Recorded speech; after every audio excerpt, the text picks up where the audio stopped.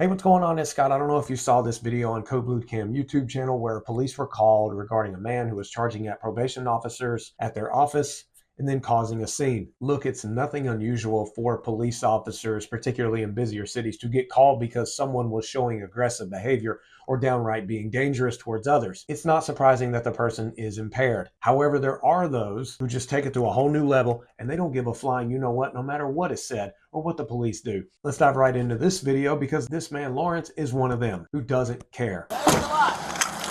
Lawrence! What's up, dog? Lawrence! Huh? Put your hands up. What's up? Put your hands up. He said, nah. Stop throwing stuff.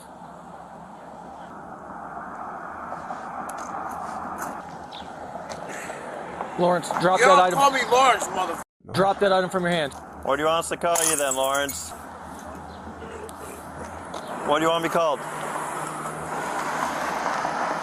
Stop, Lawrence. stop.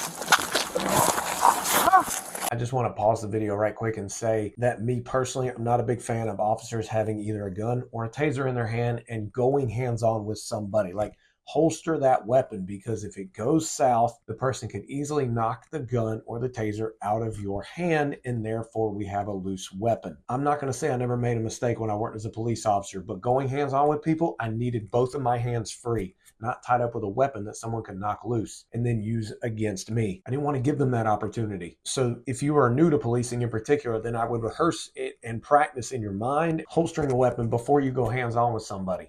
And if you're thinking to yourself, well, they might have something on them. Well, if it's too dangerous to approach, then don't approach them. Utilize distance, utilize concealment, utilize cover. And if time's on your side, then use it. I hope that makes sense.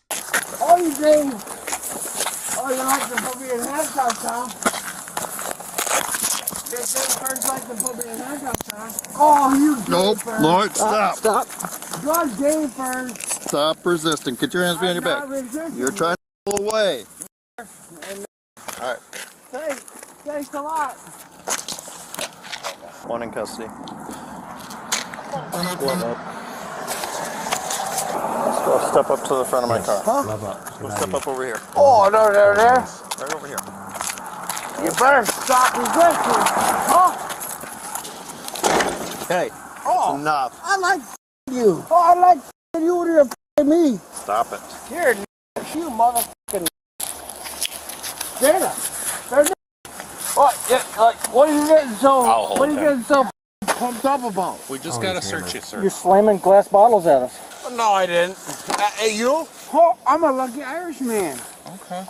Well, just stay calm. Oh, for you us, want to okay? touch me too? I'm just holding Look you. at these 3 days officers want to put handcuffs on me. There you go. Thanks a lot. Hey, there's my chess pieces. All right, I know Lawrence's problem. He is a Packers fan. No. All right, look, in all seriousness, here's the deal.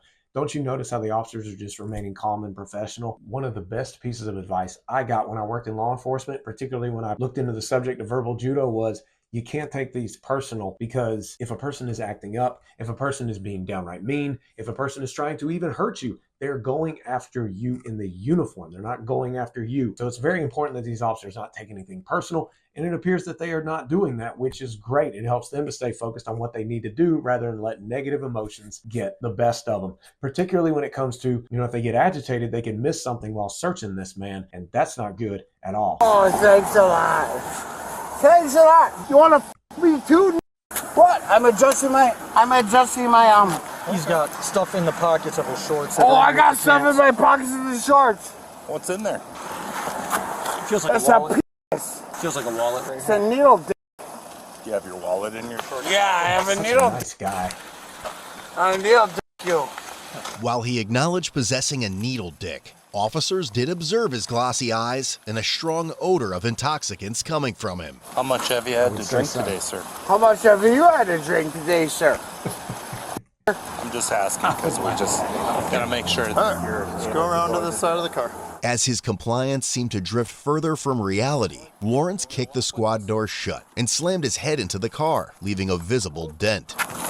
My soul starts high. You wanna it? Here, let's put these pants up. Let's go.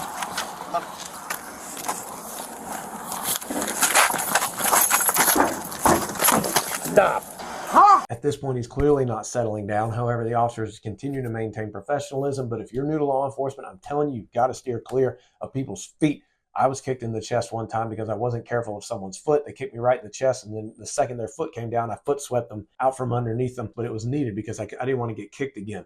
But he kicked the door. He can kick the officers. You got to be very careful. And you know what? He reminds me of someone who I used to encounter a lot when I worked on patrol. This man had been arrested over 50 times. That's right, 50 times. And he was a nice guy when he was sober, but every time he would drink, he would turn into this very angry man, and he couldn't stay out of trouble. He just could. It's like it was impossible for him. You go to Blue Cam channel, you can watch the rest of the video. I'm just trying to give useful advice, particularly for those interested in the profession or those who are new to the profession. All the things that I learned throughout my career of working as a police officer. This is nothing out of the ordinary, in my opinion. This kind of thing happens a lot. He ended up being charged with felony possession of methamphetamine, disorderly conduct, I believe, and some other things. They probably could have gotten him with littering too. But all these different things, if you're working in law enforcement and doing the right thing, then guard your heart and mind, keep training, and show up for you so that you can show up that much better for others. I look forward to talking to you again in another video. Take care, and may God bless.